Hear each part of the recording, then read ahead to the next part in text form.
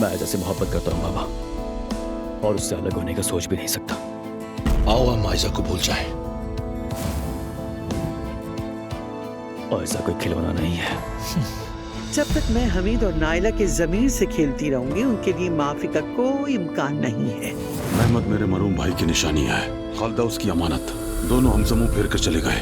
तुम भी जाओ, या खानदान चुनो या ये लड़की। जल्द से जल्द उस रेस्टोरेंट से छुटकारा पाना होगा। तुम्हारी खालदा चची सेना नामी आदमी से बात कर रही थी और रेस्टोरेंट का ही जिक्र हो रहा था। यकीनन वो रेस्टोरेंट तुम्हारा वाला ही है। क्या? औजान का रेस्टोरेंट मैंने तबाह करवाया।